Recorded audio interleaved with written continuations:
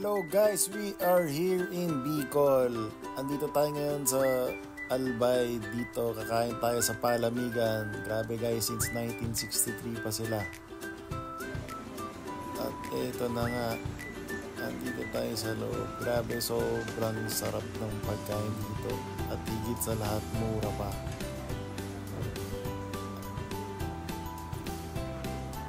Ito po yung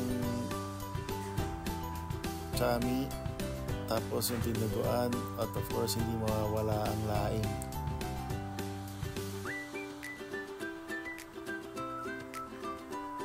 At ang napakasarap na longganisa nila. Ayan po.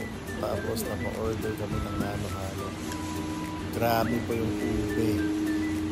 At sobrang bait po ng unang binigyan pa kami ng extra ube. Maraming salamat po.